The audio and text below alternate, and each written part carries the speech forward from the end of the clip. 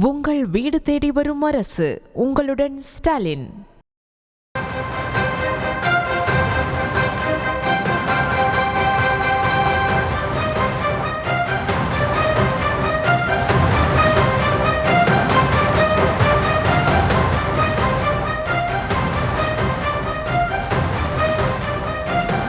அண்மை செய்தியை பார்த்து வருகிறோம். முதலமைச்சர் மு க ஸ்டாலினை நேரில் சந்திக்கிறார் ஓ பன்னீர்செல்வம். அது தொடர்பான அந்த அண்மை செய்தியை பார்த்து வருகிறோம். இன்று காலை நடைபயிற்சியின் போது ஓபிஎஸ் முதலமைச்சர் மு க ஸ்டாலினை சந்தித்தார். பாஜகவுடன் கூட்டணி கைகூடாத நிலையில் முதல்வரை ஓபிஎஸ் சந்திக்கும் நிலையில் இது முக்கியமான ஒரு சந்திப்பாக பார்க்கப்படுகிறது. முதலமைச்சர் மு க ஸ்டாலினை நேரில் சந்தித்தார் ஓ பன்னீர்செல்வம். அவர் அங்கு இருக்கக்கூடிய அந்த காட்சிகளும் வெளியாகி இருக்கின்றன. நேரலையில் பார்த்து வருகிறோம். பாஜகவுடன் கூட்டணி கைகூடாத நிலையில் முதல்வரை சந்தித்திருக்கிறார் ஓ பன்னீர்செல்வம். அது குறித்த காட்சிகளையும் அண்மை செய்தியாக பார்த்து வருகிறோம். இன்று காலை நடைபயிற்சியின் போது ஓபிஎஸ் முதலமைச்சர் மு க ஸ்டாலினை சந்தித்தார். இந்த நிலையில் அவரது இல்லத்திற்கு நேரில் சென்று சந்திக்கக்கூடிய அந்த காட்சிகளையும் பார்த்து வருகிறோம்.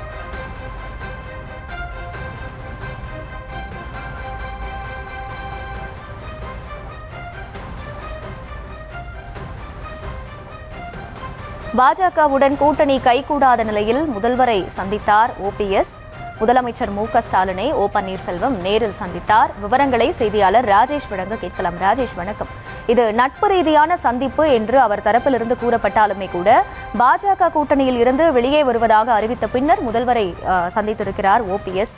என்னென்ன பேசப்பட்டது இந்த சந்திப்பில்? இதன் முக்கியத்துவம் என்ன? முழு விவரங்கள். வணக்கம். முன்னாள் முதலமைச்சர் ஓபிஎஸ் தற்போது தமிழக முதல்வர் மு க ஸ்டாலின் அவர்களை நேரில் அவரது இல்லத்திற்கு சென்று சந்திக்கின்றார். கடந்த 10 நாட்களாக முதலமைச்சர் தொடர்ந்து மருத்துவமனையிலும் அதன் பிறகு மருத்துவ ஓய்விலும் இருந்து வந்தார்.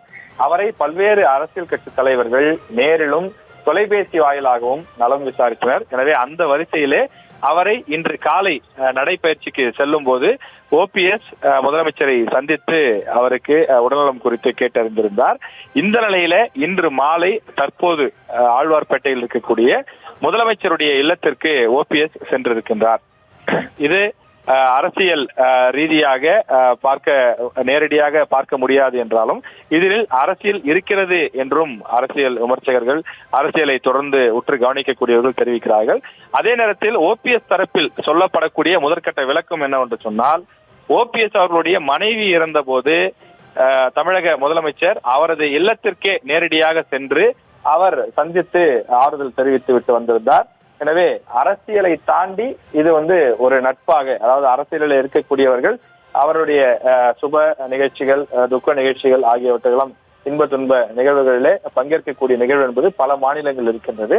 ஆனால் தமிழ்நாட்டில் தான் அது பல காலங்களாக இல்லாமல் இருந்து வருகிறது. எனவே அது போன்ற சூழல் இருக்கக்கூடாது என்பதற்காகத்தான் தமிழக முதலமைச்சர் மு க ஸ்டாலின் அவர்கள் தொடர்ச்சியாக பல்வேறு நிகழ்வுகளிலும் பங்கேற்று வருகிறார். எனவே ஓபிஎஸ் அவர்களுடைய இல்லத்திற்கு ஏற்கனவே சென்று வந்த நிலையிலே தற்போது தமிழக முதலமைச்சருக்கு உடல்நிலை சரியில்லாமல் அவர் மருத்துவமனையிலிருந்து சிகிச்சை பெற்று திரும்பி இருக்கக்கூடிய நிலையில் அவரை சென்று சந்திக்கின்றார்.